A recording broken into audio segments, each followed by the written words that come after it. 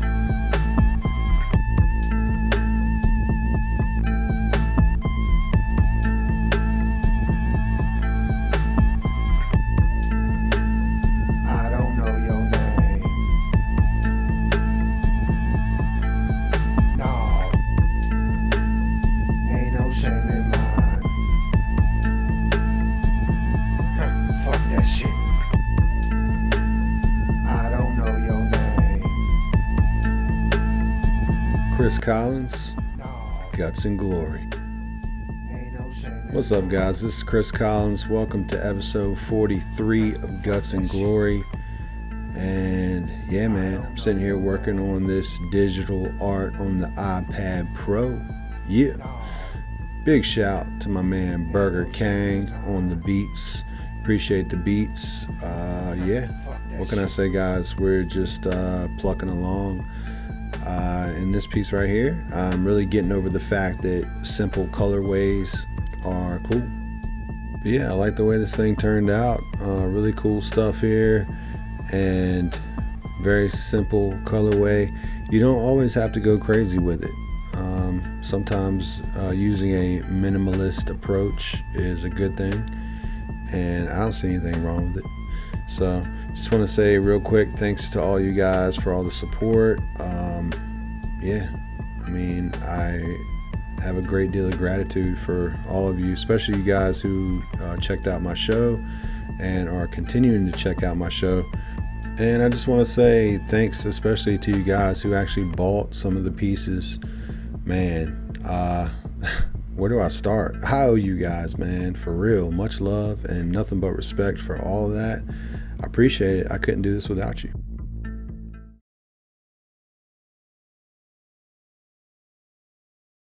Okay, so here we are. I'm going to answer some questions because I feel like these questions need to be answered. How did you feel when you first started this collection versus the moment it was complete? It was something like when I first started, I didn't really know what I was going to do. Like when I signed the contract with Riverviews, I knew that I had the space and I knew I had the spot and I knew I had the date and, you know, the show. I knew I had it. I just had to figure out what I was going to do. Like, I didn't want to just put a bunch of paintings in a room, you know? Like, I wanted to come with a story and an actual collection. And I wanted to do this just for Riverviews. Like, just for this opportunity. Emerging Artist Series. So, when I did it, I wasn't really sure, like when I first started, like where I was going to go with it. But, you know, I don't really believe in artist block or writer's block. I just don't. I think there's exercises and practices that you can do that will break you out of that really easily and just get you doing something. And when you're doing something, that's all that matters, right? So, for me, I just looked to like what was going on in my life at the time. I was going through a breakup. 3 years, on again, off again relationship, roller coaster ride, toxic relationship. That was my life at the time. I was going through alcohol issues, you know, just getting too wasted, man, for real. So, you know, I stopped drinking. And yeah, still haven't had any alcohol, but I was going through that in my life. So, you know, these things that I was going through in my life, that was enough for me to, you know, get something going and inspire me. So that's what I did. I went ahead and started that way. I just took, you know, stuff going on in my life that I wanted to work through, that I wanted to create my way through. And I mean, to me, it's a great idea, especially for an artist. It's kind of like a kill two birds with one stone concept.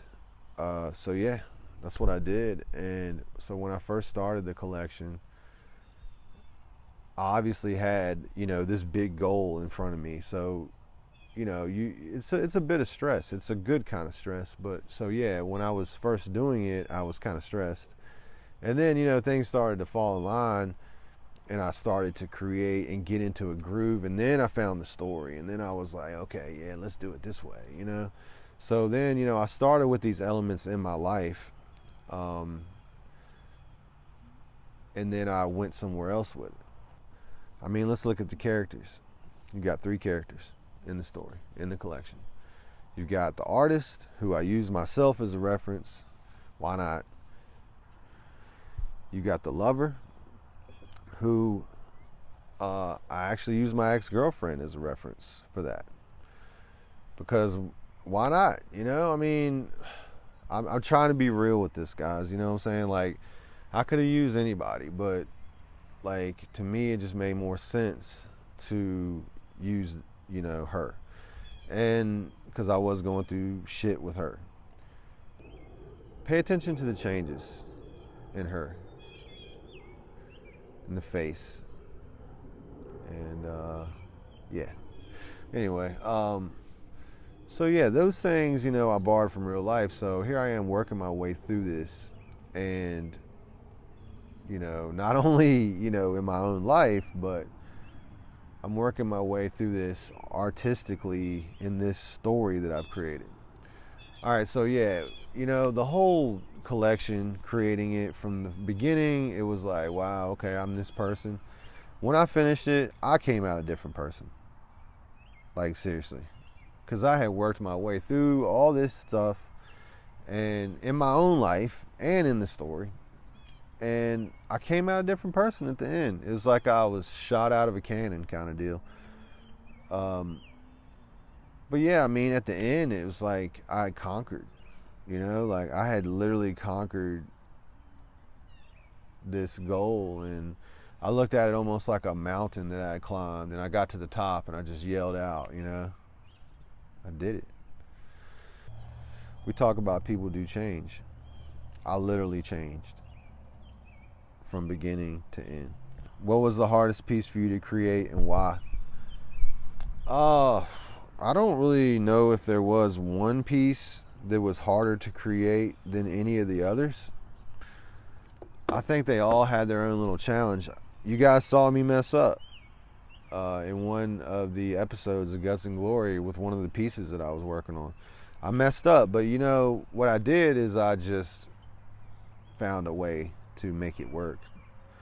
And that's what you do in life, man. You don't, and I don't ever, you know, take art and ball it up. I don't ever look at it like early in and say, oh, this is shit, and ball it up and throw it away. I don't ever do that. I always try to find a way to make it work. It's never going to be perfect. So, you know, I don't get caught up in that. I get caught up in the experience and just flowing and letting things happen the way they're supposed to happen. So, like life, art is the same, to me at least. And, you know, sometimes you screw up, but you got to keep going. Make it yours, you know, like change up some things. Make it work.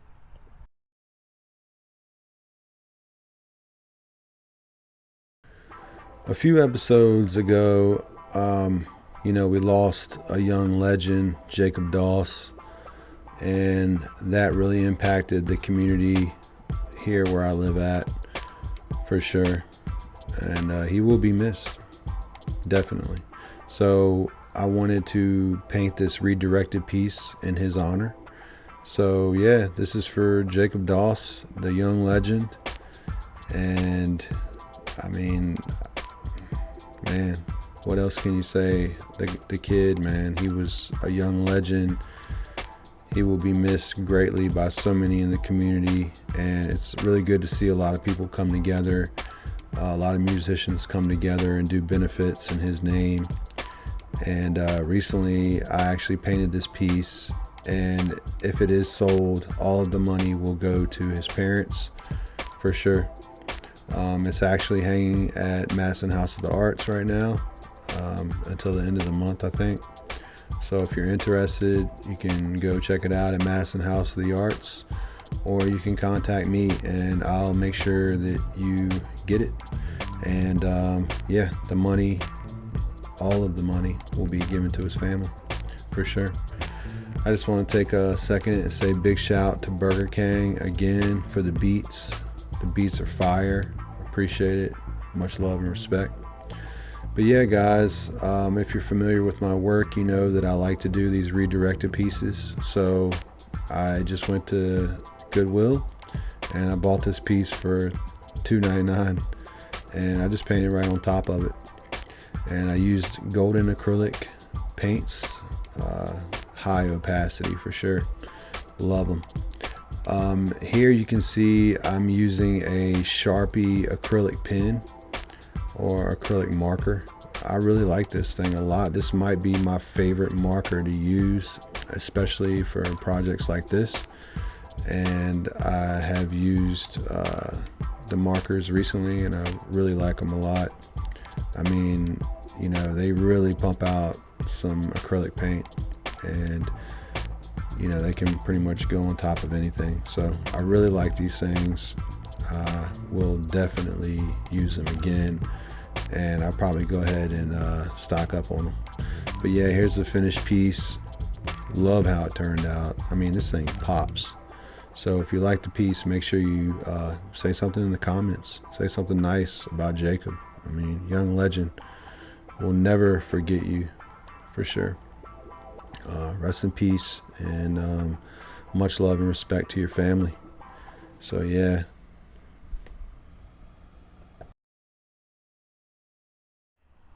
Okay, so this is a really good question. This is probably what everybody's waiting for.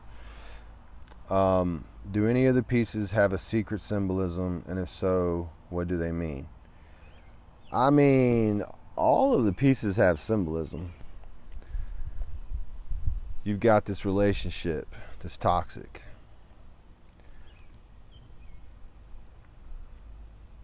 The artist quits drinking. He loses his lover. So then, in order to get the lover back, he goes to the neighborhood witch, asks her to conduct a love spell. In order to conduct a love spell, he must give the witch his right hand. Okay, so he's giving up all this for her. All right. So then they get back together. The lovers get back together. I didn't really come out and say this, but the reason why that love doesn't work a second time, the reason why it's 2 strikes or 2 and done, is because the lover ends up having an affair with another person. And you'll see one of the pieces, the one with the used condom. You know, it says in there, if you read it and if you look at it close enough, it says in there that he can never and will never love you like I do. That's coming from the perspective of the artist, talking about him, the other guy. So you got that. I mean, there's things that I added in there, guys, that I thought would be very impactful and mean a lot. But yeah, look at pieces like that. There's also another piece where the lover's on the bed. So this is the part here where she's had an affair, and the artist has like an invisible blindfold over his face. To me, that just meant that he can see through deceit. He's able to see what she's done to him. So that's how he loses her a second time. And once that's done, it's 2 and done. It's all over with. So you've got that. That's a pretty big secret there. Another thing, the flowers. People wonder why I use all these flowers and put all these flowers amongst all this story. Well, the flowers are part of the story too. The flowers signify time being passed. And I've told a lot of people that, but not everybody's heard that. So you've got that. That's a real secret aspect to the whole collection. So whenever you see those flowers, those are flowers that the lover gave, the artist gave his lover, over and over and over. You see some that are dead, some that are alive. That's the timeline. Okay, so during those points where he's going through major issues with his relationship, you'll see those flowers dead or dying. And at some point, the artist asks for his hand back after the two and done situation with the lover. He knows it's not going to work out. She's already stepped out. So he's moving on. He just wants his hand back so he can create again like he used to. So when he asks for his hand back, the witch tells him, you're going to get it back, but it's not going to be the same. And that's why the last piece is the monstrous hand, because that's how it grows back. He gets his hand back, but it grows back in a monstrous form. Okay. With that, you know, the artist, in my mind, the way I wanted it to be, I didn't really put this out there, but I wanted the artist to be able to learn how to be okay with himself, how to embrace himself, and embrace this new change. In your piece, I don't have a problem. How is that to create and see come to life? Not many can hold up a mirror to themselves, much less share it with the world. Did you ever have reservations about sharing that piece? Much respect, by the way. One of my favorites in that collection. Yeah, so I don't have a problem. That's one of the self-portraits of the artist, or myself as a reference, sitting at the bar, very dark. This piece almost didn't make the collection because it was too dark, and I probably should have known that. That wasn't really that tough of a piece, but I was in a tough spot at the time when I created that. That was actually one of the first pieces of the collection, and that's that part where I had basically just quit drinking in real life, but I wanted to show myself, or show the artist's character as an alcoholic or someone with an alcohol issue. So I just went back to those days, and there were plenty of days where I sat at the bar by myself drinking to escape whatever issues I had going on in my life, or whatever pain I had created for myself, usually. So yeah, I just had to go back to a dark place with that. And it was very new and fresh and familiar, so it wasn't hard to do. So no, it really wasn't painful, but I really just wanted to put myself out there like that and say, hey, look, this is where he's at this point. He's obviously drinking a lot and alone, and it's a very dark environment. So yeah, I mean, that's familiar territory for sure. So I don't think it was hard for me to do that or create that. Thought it was actually probably one of the easier pieces, just because I knew exactly what I wanted to do with it and what goal I wanted to achieve with it. But yeah, a lot of growth for sure. I'm not that same person anymore.